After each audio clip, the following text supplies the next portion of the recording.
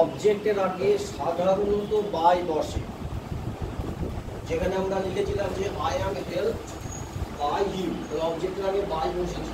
এবং জেনারেলি মানে বেশিরভাগ ক্ষেত্রে এই ঘটনাটা ঘটবে। কিছু কিছু ক্ষেত্র আছে যেখানে ভার্বের পরে অ্যাপ্রোপ্রিয়েট প্রিপোজিশন বসাতে হয়, অর্থাৎ বিনা বাই বসে না। সেটা কোন ভার্বের ক্ষেত্রে কোন প্রিপোজিশন বসবে সেটা পরবর্তী ক্ষেত্রে আমরা জানব। ঠিক আছে, তাহলে এই হচ্ছে সাধারণ কতগুলো নিয়ম যার মাধ্যমে আমরা অ্যাক্টিভকে প্যাসিভ করব। এবার যখন একটা বাক্যে দুটো অবজেক্ট দিয়ে দেবে, তখন তুমি তোমার ইচ্ছে মতো যে কোনো একটা অবজেক্টকে সাবজেক্ট করতে পারো। সেক্ষেত্রে একটা অবজেক্ট প্যাসিভে অবজেক্ট হিসেবেই থেকে যায়। যেমন ধরো যদি একটা উদাহরণ দেওয়া যায় যে I give you a pen.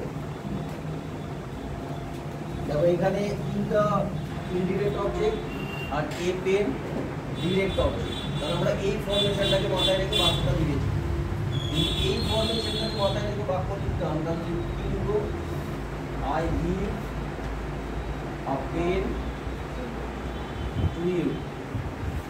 এখন এই বাক্যটাও তোমায় দিতে পারে ভয়েস চেঞ্জ করতে, এই বাক্যটাও তোমায় দিতে পারে ভয়েস চেঞ্জ করতে। এখন অপশন কি থাকবে? অপশন তো একটাই থাকবে যেটা সঠিক, বাকিগুলো সঠিক নয়। এখন যদি আমরা ইউটাকে সাবজেক্ট করি তাহলে আমাদের ভয়েস চেঞ্জ হবে you are given a pen by me. এটা একটা বাক্য।